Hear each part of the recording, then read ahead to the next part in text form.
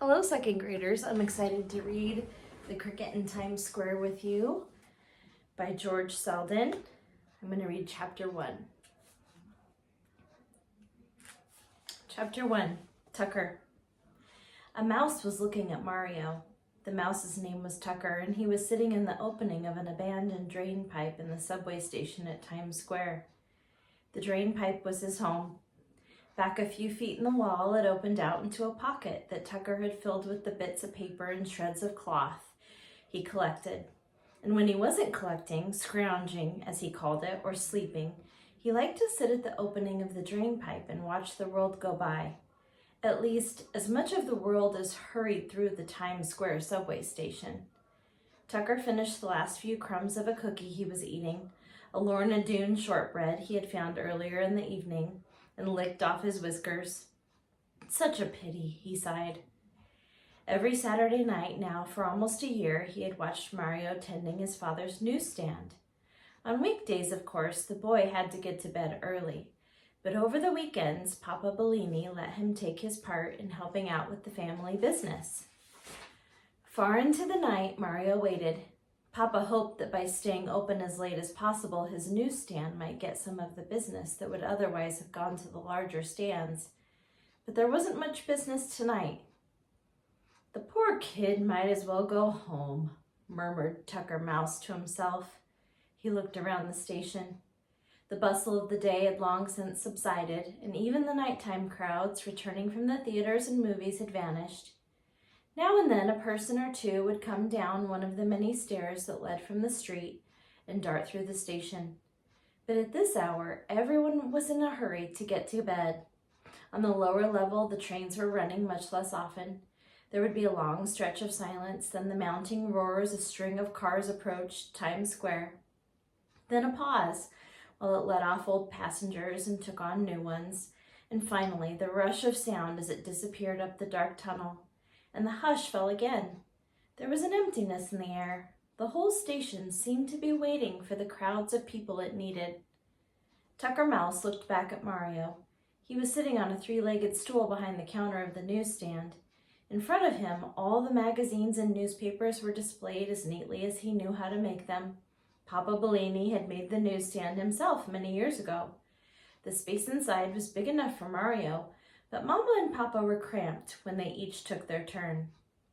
A shelf ran along one side, and on it were a little second-hand radio, a box of Kleenex for Mama's hay fever, a box of kitchen matches for lighting Papa's pipe, a cash register for money, which there wasn't much of, and an alarm clock for no good reason at all. The cash register had one drawer which was always open. It had gotten stuck once with all the money the Bellinis had in the world inside it, so Papa decided it would be safer never to shut it again. When the stand was closed for the night, the money that was left there to start off the new day was perfectly safe, because Papa had also made a big wooden cover with a lock that fitted over the whole thing. Mario had been listening to the radio. He switched it off. Way down the tracks, he could see the lights of the shuttle train coming toward him.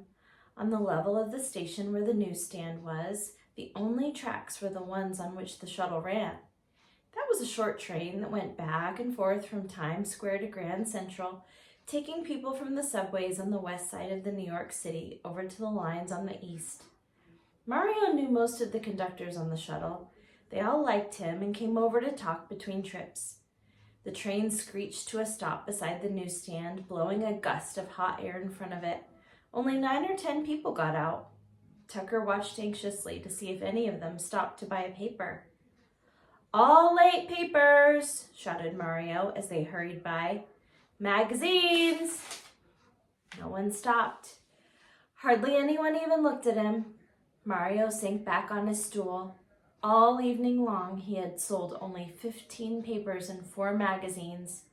In the drain pipe, Tucker Mouse, who had been keeping count too, sighed and scratched his ear. Mario's friend Paul, a conductor on the shuttle, came over to the stand. "Any luck?" he asked. "No," said Mario. "Maybe on the next train." "There's going to be less and less until morning," said Paul. Mario rested his chin on the palm of his hand. I can't understand it, he said. It's Saturday night, too. Even the Sunday papers aren't going. Paul leaned up against the newsstand. You're up awfully late tonight, he said.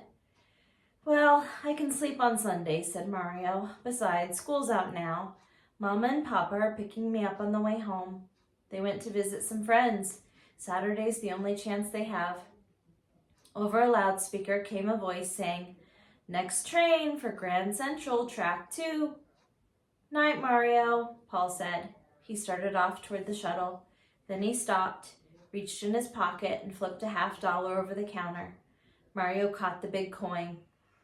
I'll take a Sunday Times, Paul said, and picked up the newspaper. Hey, wait, Mario called after him. It's only 25 cents. You've got a quarter coming.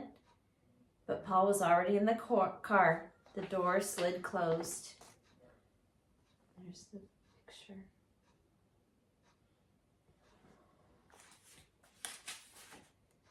He smiled and waved through the window.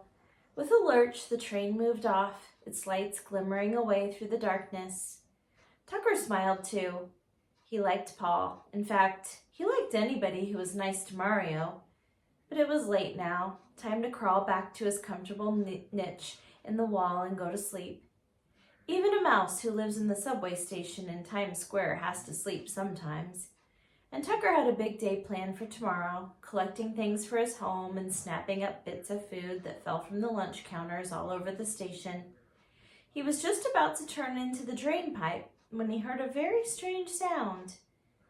Now, Tucker Mouse had heard almost all the sounds that can be heard in New York City. He had heard the rumble of subway trains and the shriek their iron wheels make when they go around a corner.